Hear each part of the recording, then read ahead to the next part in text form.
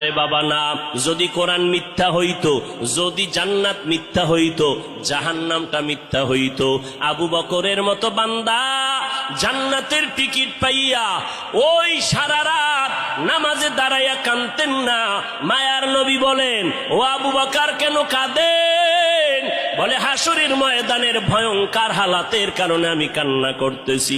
আম্মা জান আয়েশা বলেন, নবী যখন কান্না করেন আমি বললাম, নবী কাঁদেন কেন? নবী বলেন, হাসরের ময়দানের কঠিন হালাতের কথা মনে পড়ে গেল। কেমন কঠিন হালাত হবে নবী? আম্মা জানকে আল্লাহর নবী বলেন, আয়েশা, কিয়ামতের ময়দানে মানুষগুলো সব উলঙ্গ দাঁড়াবে।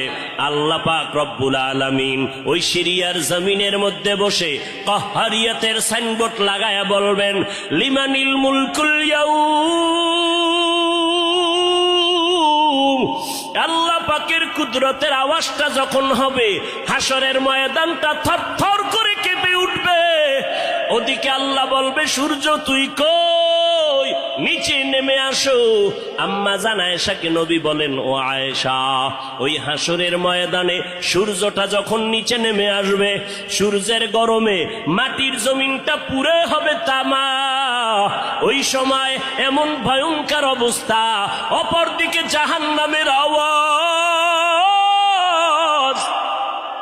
জাহান্নাম বলবে, ও দয়ার মালিক,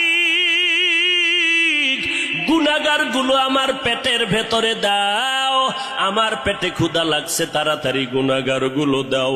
আল্লাহর নবী বলে, আয়েশা, ওই হাসরের ময়দানে যেই নবীদের কোনো গুনাহ নাই, একজন নবীরও কোনো অপরাধ নাই, কিন্তু সেই নবীরা হাসরের ময়দানের ভয়ঙ্কর হালাত দেখিয়া উম্মতেরে ভুলে যাবে, নিজেদেরকে বাঁচানোর জন্য হাউমাউ করে কাঁদবেন আর নাফসি নাফসি নাফসি বলে কাঁদবেন। মুসা নবী উম্মতেরে ভুলিয়া নিজেকে বাঁচানোর কান্না করবেন, আদম নবী কান্না করবেন নাফসি বলে। আম্মা জান আয়েশা বলেন, নবী, ওই হাসরের ময়দানে আপনি কি করবেন? মায়ার নবী কাঁদেন আর বলেন, আয়েশা, ওই কঠিন সময় আমি মাওলার কাছে সিজদায় পড়ে কাঁদবো। ওই সময় আমি আমার নিজের জন্য চিন্তা করব না, আমি কেঁদে কেঁদে বলবো, আমার উম্মত গুলো কই? ও আল্লাহ, আমার উম্মত গুলো জান্নাতে দাও। একটা উম্মত জাহান্নামে গেলে আমি মুহাম্মদ জান্নাতে যাব না রে আল্লাহ।